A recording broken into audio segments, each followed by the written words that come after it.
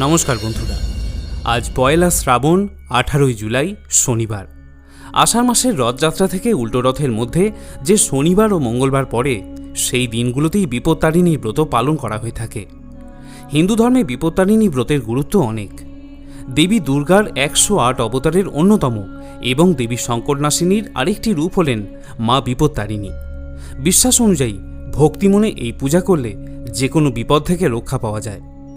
হিন্দু ধর্মাবলম্বীরা মূলত বিপদ থেকে উদ্ধার পাওয়ার জন্যই এই দেবীর পূজা অর্চনা করে থাকেন। সংসারের যাবতীয় বিপদ দূর করতে হিন্দু মহিলারা এই ব্রত নিষ্ঠার সাথে পালন করে থাকেন। এই পূজার একটি বিশেষ নিয়ম হল সব কিছু 13টা করে উৎসর্গ করতে হয় দেবীকে। 2026 সাল অর্থাৎ এই বছর বিপত্তারিণী পূজার প্রথম তারিখটি পড়েছে আজ পয়লা শ্রাবণ শনিবার দিন। বিপত্তারিণী ব্রত পালনের পরবর্তী দিনটি হল আগামী 4ঠা শ্রাবণ বা 21শে জুলাই মঙ্গলবার দিন। আজ এই ভিডিওতে আমি আপনাদেরকে শোনাব মা বিপত্তারিণী মায়ের পাঁচালী বা ব্রতকথা, এবং আপনাদের পরে এটাও বলবো যে এই পূজায় কোন কাজগুলি ভুলেও করতে নেই আর কোন কাজগুলি অবশ্যই করতে হয়। মায়ের আশীর্বাদ লাভের জন্য যেগুলি আমাদের অবশ্যই জেনে রাখা কর্তব্য। প্রচলিত বিশ্বাস অনুযায়ী মায়ের ব্রতকথা সম্পূর্ণ শ্রবণ বা কীর্তন করা উচিত। আর কোনো কারণবশত যদি আপনি আজ পূজা করতে নাও পারেন, এই ব্রত কথাটি শ্রবণ করে মায়ের উদ্দেশ্যে একটি প্রদীপ অবশ্যই প্রজ্বলন করে দেবেন। মনে করা হয় এই প্রক্রিয়াটি করলেও ব্রতের পুণ্যফল অনেকাংশে লাভ হয়ে থাকে। তাহলে শুরু করছি মা বিপত্তারিণী মায়ের পাঁচালী বা ব্রতকথা। জয় মা বিপত্তারিণী। বিপদ তারিণীর কথা করিব বর্ণন, যে কথা শুনিলে হয় বিপদ খণ্ডন। হরিনামে মত্ত হয়ে সেনারদ ঋষি, অকস্মাৎ উপনীত কৈলাসেতে আসি। মহাসুখে তথা বসি রহে হর গৌরী, নারদ নোয়ালো শিব চরণে দোহারি। মহাদেব স্মিতহাস্যে কহিলেন একই, অসময়ে মুনিবরে কৈলাসেতে দেখি। করপুটে মহামুনি কহিলেন প্রভু, জ্ঞান আহরণ হেতু আসি হেতা কভু। কোন ব্রত আচরিলে নারী থাকে সুখে, সংকট মাঝেতে তার থাকে বল বুকে। মনস্কাম সিদ্ধ হেতু থাকে নাহি দুঃখ, বিপদে তরিয়ে যাবে পাবে মহাসুখ। নারীর বেদন হেরি আমি বিচলিত, তাদের শান্তির পথ করুণ নির্ণীত। শিব কহে হে নারদ ভালো জিজ্ঞাসিলে, বিপদ তারিণী ব্রতে এই ফল মেলে। বিপদ তারিণী ব্রত পালে যেই নারী, সর্বদুঃখ নাশ নিমিষেতে তারি। নমো নমো গজানন বিঘ্ন বিনাশন, নমো প্রভু মহাকায় মহেশ নন্দন। নমো নমো লম্বোদর নমো গণপতি, মাতা যার আদ্যাশক্তি দেবী ভগবতী। সর্বদেব গণনায় অগ্রে যার স্থান, বিধি বিষ্ণু শিব যিনি সর্বাধিক মান। ওরাঙা চরণে প্রভু ভক্তের প্রণাম, সর্বসিদ্ধি দাতা পুণ্য কর মনস্কাম। দুর্গ দুঃখ হরা তারা বিপদ নাশিনী, দুর্গমে স্মরিমা তারা শক্তি সনাতনী। পরাংপরা পরমা প্রকৃতি পুরাতনী, দুরারাধ্য ধ্যান সাধ্য বিন্ধ্যা গিরি নির্বাসিনী। মহিষ মর্দিনী মহামায়া মহাদেবী, শিবা নিতম্বিনী শ্যামা সর্বাণী শঙ্করী। গুণময়ী গুণাতীতা শারদা সুন্দরী, ভ্রমরী ভবানী ভীমা ধূম ক্ষেমাঙ্করী। কালী কালো হরা কালা কালে করো পার, কুলকুণ্ডলিনী করো বিপদে নিস্তার। লম্বোদরী বাঘাম্বরা কলুষনাশিনী, কৃতান্ত দলনী কাল হর বিলাসিনী। স্বামী পুত্র পরিজন দীর্ঘজীবী হয়, সদায় আনন্দে সে থাকিবে নিশ্চয়। নত শিরে মহামুনি জিজ্ঞাসে আবার, পৃথিবীতে এই ব্রত করিতে প্রচার। ভক্ত বাঞ্ছা পুণ্যতবে আশুতোষ কহে, যে ব্রত ভেজ রাশি সর্বপাপ দহে। বিদর্ভ দেশেতে ছিল এক নরপতি, গুণবতী নামে পত্নী সাধ্যী ছিল অতি। দয়া মায়া সেবাগুণে সকলের প্রিয়, প্রীতিবেশ পুরজনে করি রমণীয়। বিধির নিবন্ধ নারী খণ্ডাইতে নরে, চর্মকার পত্নীকে ডাকল চুপিসারে। তার সাথে হৃদয়তা স্থাপিলা যে নারী, কহিল নিষিদ্ধ মাংস দেখাইতে আনি। চর্মকার পত্নী তারে করজোরে কহে, এ খবর রাজকন্যে কোনো মতে গেলে, শাস্তির বিষম ফল পাব শেষকালে। রানী তারে নানা দ্রব্য দিল ভারে ভার, রানীর আকুতি দেখি মন টলে তার। গুণবতী দিল তারে চরম আশ্বাস, একান্ত গোপনে থুবা আনিয়া যে মাস। মহাভয়ে চামারিনী অতি সঙ্গপনে, বস্ত্র মধ্যে বাঁধি মাংস কোনো রূপে আনে। মহারানী মাংস লয়ে গৃহেতে আপন, সভয় আচ্ছাদি রাখে একান্ত গোপন। ভৃত্যের নয়নে এই মাংসটি পড়িল, রাজকন্যে এ সংবাদ সেই নিবেদিল। রাজা শুনি রানী পাশে তরা ছুটে আসে, রূঢ়ভাবে মাংসের কথা রানীরে জিজ্ঞাসে। এ কথা সঠিক হলে যেন তুমি রানী, তোমাকে করাবো আমি জমের ঘরণী। ধর্মকার্যে তুমি মোর হও অংশীদার, তোমার কুকর্ম এ অসহ্য আমার। প্রাণ ভয়ে মিথ্যা কভু বলো না নিশ্চিত, ধর্মপানে চাহিয়ে সত্য যথোচিত। রানী কহে ফলমূল পূজা উপাচার, পূর্ণ করি রাখিয়াছে গৃহেতে আমার। গৃহের সকল দ্রব্য দেখাবো তোমায়, পূজার সময়টুকু দাও গো আমায়। এই বলি রানী করে দুর্গা আরাধনা, বিপদ নাশিনী মাগো সদয় হও না। দুর্গা শিব ক্ষমাধাত্রী দুর্গতি নাশিনী, এঘোর সংকটে মোরে রক্ষ নারায়ণী। অভয়া বরদা তুমি মাগো মহামায়া, দয়া করি দাও মাগো তব পদছায়া। মোর দেহে যতদিন রহিবে পরাণ, তব ব্রত মম গৃহে রহিবে আপ্রাণ। দানব দলনী মাগো হও তুমি প্রীত, এত কহি রানী তথা হইল মূর্ছিত। ভক্তি হেরি মহামায়া আসে রানী পাশে, তাহারে নির্ভয় তিনি দেন মৃদুভাষে।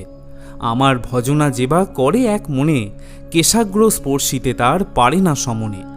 তোমার ভক্তিতে আমি অতিশয় খুশি, দেখো গে মাংসের স্থলে ফল রাশি রাশি। রাজারে ডাকিয়া আনি দাও গো প্রসাদ, সঙ্গে সঙ্গে দূর হবে সব পরমাদ। এত বলি দুর্গাদেবী গেল নিজ ধামে, ধুলি হতে উঠি রানী উদ্দেশ্যে প্রণামে। তখনই আনিল রানী ডাকায় রাজারে, গৃহমধ্যে কিবা আছে দেখবার তরে। রাজা দেখে গৃহপূর্ণ পূজা উপাচারে, সবিনয়ে রাজা কহে ক্ষমহ আমারে। রানীর নিকটে রাজা প্রসাদ খাইল, হরষিত চিত্তে রাজা কর্মে মন দিল। বিপদ তারিণী ব্রত আচরণ করি, দেহ অন্তে স্বর্গে গেল দিব্যকান্তি ধরি। শুক্লপক্ষ আষাঢ়ের তৃতীয়া হইতে, ব্রতের সময় তুমি শুনো মন মতে।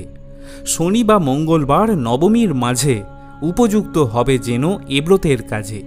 পূর্বদিনে নিরামিষ করিবে আহার, সাধ্যমতো ফল ফুল করিবে জোগাড়। ব্রত দিনে প্রাতঃকালে স্নান সমাপিয়া, সংকল্প করিবে ঘট স্থাপন করিয়া। আম্র শাখা আর ডাব দিবে ঘটের পরে, ফল মূল মিষ্টি দিয়ে সাজাবে নৈবেদ্যে। আপনার প্রিয় দ্রব্য সাজাবে যতনে, ত্রয়োদশ করি ফল দিবে গুণে গুণে। নৈবেদ্য সাথে দিবে তাম্বুল ও জল, ব্রাহ্মণে করিবে দান হইবে সফল। ব্রত শেষে দক্ষিণা অবশ্যই দিবে, ইহা বিনা শুভকর্ম বিফল হইবে। 13টি গাঁইট দিয়ে রক্তবর্ণ সুতা, সকলে বাঁধিবে হস্তে না হয় অন্যথা। ভক্তি ভরে এই ব্রত পালন করিলে, স্বর্গের বিশ্রাম সুখ ধরাতেই মেলে। বিপদ তারিণী ব্রত করিলে পালন, প্রিয় চক্ষে দেখিবে যে আত্মীয় স্বজন। পুত্রের ভক্তি আর স্বামীর সোহাগে, আনন্দে কাটিবে দিন নব অনুরাগে। দুঃখ দৈন্য দূরে যাবে তরিবে বিপদ, আয়ুহীন আয়ু লাভ পাইয়া সম্পদ। অথ শ্রী শ্রী বিপত্তারিণী মায়ের পাঁচালী সমাপ্ত। প্রিয় শ্রোতা বন্ধুরা, এবারে আমরা জেনে নেব এই বিপত্তারিণী পুজোয় কোন কোন কার্যগুলি করা নিষিদ্ধ এবং কোন কোন কার্যগুলি অবশ্যই কর্তব্য। এই পূজায় মূলত মহিলারা রথযাত্রা এবং উল্টো রথের মাঝে শনিবার ও মঙ্গলবারে উপবাস থেকে দেবীর পূজা অর্চনায় অংশগ্রহণ করে থাকেন। এই ব্রত পালনে মহিলাদের অবশ্যই আলতা এবং সিঁদুর পরা বাঞ্ছনীয়। এই ব্রত পুরুষ এবং মহিলারা উভয়ই পালন করতে পারবেন। যারা আজকের দিনে এই ব্রত পালন করতে চান, তাদের আমিষ খাওয়ার পাশাপাশি অ্যালকোহল এবং অন্যান্য নেশাজাতীয় দ্রব্যকে এড়িয়ে চলতে হবে। ব্রত পালনকারী ব্যক্তি ফল এবং জল খেতে পারেন। যাদের চিকিৎসা সংক্রান্ত সমস্যা আছে, তাদের এই ব্রত পালনকে এড়িয়ে চলতে হবে, অর্থাৎ তারা উপবাস করা থেকে বিরত থাকবেন। মায়ের পূজায় সকল রকমের মনস্কামনা পূর্ণ করতে হাতে লাল সুতোর তাগা বা ডোর ধারণ করতে হয় এবং মনে করা হয় কমপক্ষে 3 দিন এই তাগা হাতে ধারণ করলে সমস্ত বিপদ আপদ থেকে মা তাকে রক্ষা করে থাকেন। যে তাগা বা লাল সুতোটি হাতে ধারণ করা হবে, তাতে 13টি দুর্বাঘাস সহ 13টি বা 14টি গাঁট দেওয়ার কথা বলা হয়ে থাকে।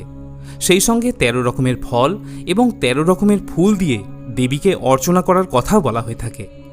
পুজো শেষে অন্তত একজন ব্রাহ্মণকে দক্ষিণাসহ ভোজন করাতে হবে।